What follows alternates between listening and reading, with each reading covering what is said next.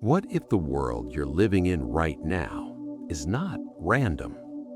What if the events unfolding across nations, economies, and even within human hearts were already written thousands of years ago? And what if 2026 is not just another year, but a turning point?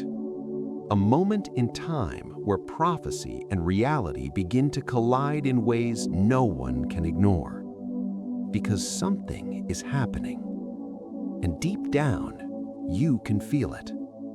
There is a growing sense across the world that things are shifting, that history is accelerating, that the patterns we once dismissed as coincidence are starting to form a clear and undeniable picture. But to understand what 2026 might bring, we have to go back, far back to ancient words written not by politicians, not by scientists, but by prophets. Men who claimed to hear directly from God. Men who spoke of kingdoms rising and falling, of wars and rumors of wars, of a final generation that would witness things unlike anything before. And strangely, their words feel closer now than ever.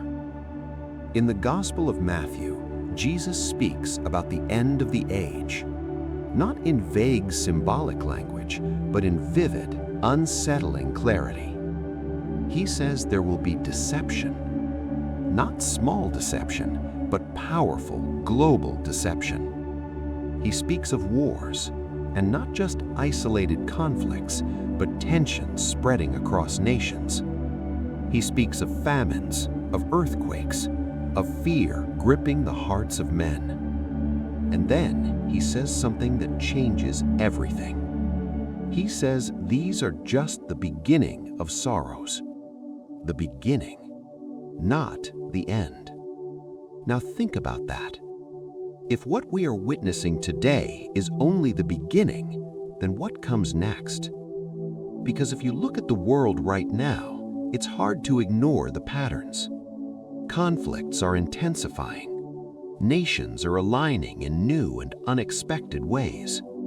Technology is advancing faster than humanity can fully understand.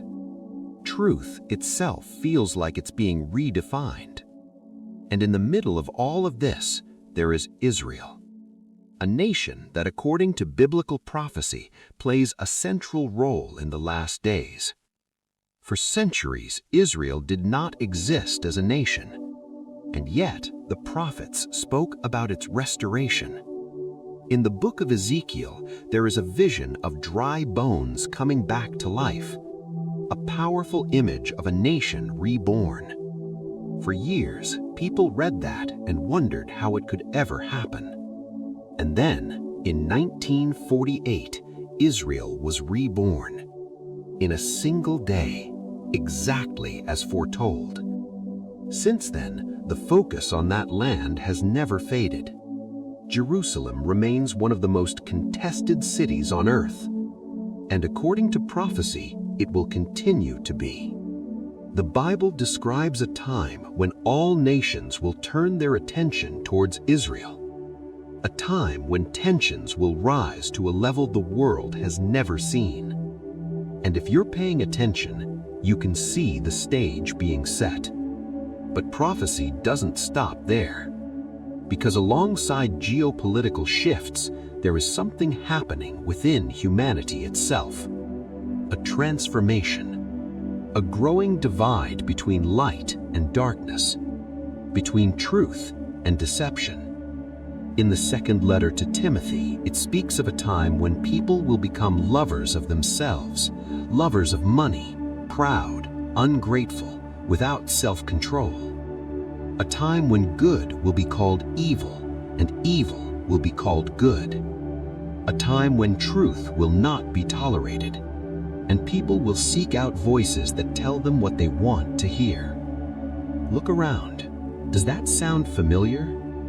There is a spiritual dimension to everything we're seeing. A battle that isn't just physical, but deeply spiritual. And this is where things become even more intense, because the Bible also speaks about a system, a global system, a structure that influences buying, selling, control, identity. In the book of Revelation, it describes a time when no one can buy or sell without a specific mark. For centuries, people couldn't understand how that would even be possible. But now, with digital currencies, biometric systems, and global connectivity, for the first time in history, it is no longer difficult to imagine. Technology has reached a point where control can be centralized in ways never seen before. And that raises a question. Is this just progress, or is it preparation? Because prophecy doesn't give us exact dates. It doesn't say this will happen in 2026, but it does give us signs. Clear, undeniable signs. And when those signs begin to align, we are told to watch, to stay alert, to be ready. There is also something else, something deeply personal. Because prophecy is not just about nations, it's about people. It's about hearts. It's about the choices we make in a world that is constantly pulling us in different directions.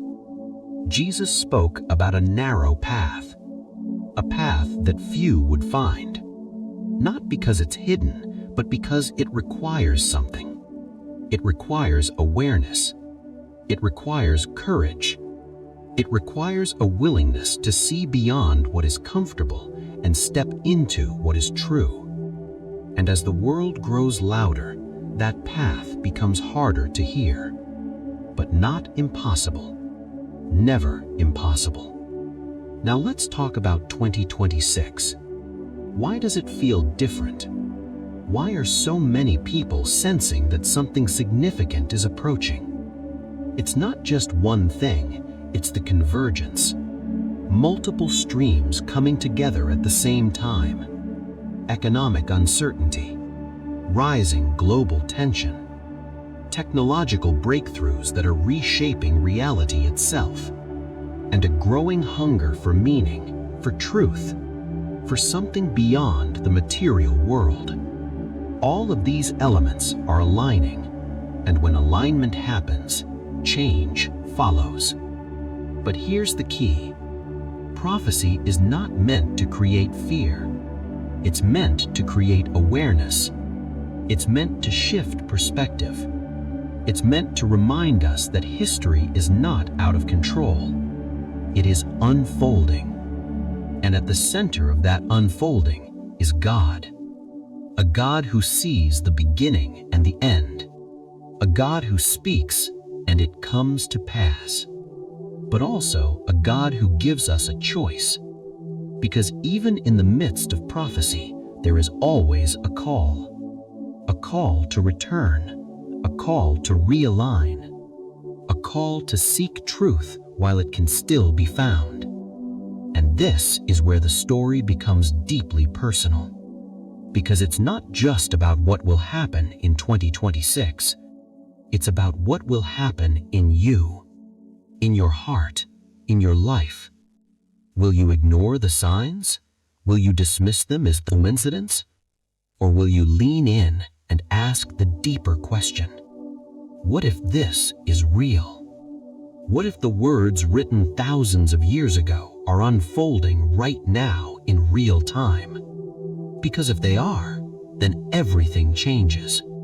The way you see the world, the way you make decisions, the way you understand purpose. And maybe, just maybe, that's the point. Not to predict every event, not to map out every detail, but to awaken something, to open your eyes, to remind you that you are living in a moment that matters, a moment that was seen long before you were born, and a moment that is leading somewhere.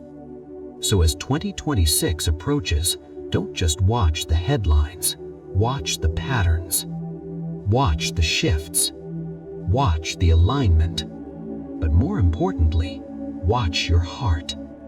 Because in the end, that's where the real battle is. And that's where the real decision will be made. The world may change. Prophecies may unfold. But your response, that's what defines everything. So stay awake, stay grounded, stay aware. Because something is happening. And whether you realize it or not, you are part of it. And if you've made it this far, it's not by accident. Because messages like this don't just land in front of people randomly. They arrive at moments when something inside is already searching, already questioning, already feeling that the world is not as simple as it once seemed. We are living in a time where distraction is constant, but clarity is rare. A time where information is everywhere, but truth feels harder to hold on to. And in the middle of all of that noise, prophecy stands like a quiet signal that refuses to disappear. It doesn't scream, it doesn't compete, it simply remains, waiting to be seen, waiting to be understood, waiting to be taken seriously. And maybe the most important question right now is not what will happen in 2026, but rather, how should we live if these signs are real? Because awareness is not enough on its own. Understanding is not the final step. There is always a response required, a shift in direction, a decision in the heart. History has always moved in seasons, moments of calm and moments of shaking, times when everything feels stable and times when everything is revealed for what it really is. And according to Scripture, these patterns are not random. They are part of a larger story moving toward fulfillment. But even within that unfolding story, there is always hope, always mercy, always an invitation that does not expire.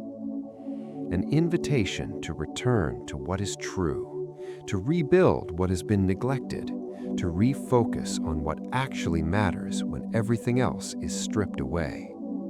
Because when prophecy speaks of shaking, it is never just about destruction. It is also about revealing foundations, showing what was built on sand and what was built on something deeper.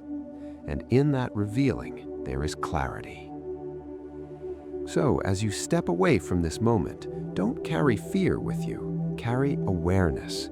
Carry reflection. Carry a question that stays alive inside you long after the video ends. What if this is the moment I was meant to wake up? Not in panic, but in purpose. Not in confusion, but in clarity. Because whether 2026 becomes a year of change, fulfillment, or transition, one truth remains constant. You are not just watching history, you are living inside it. And what you choose to see and how you choose to respond will matter more than anything else.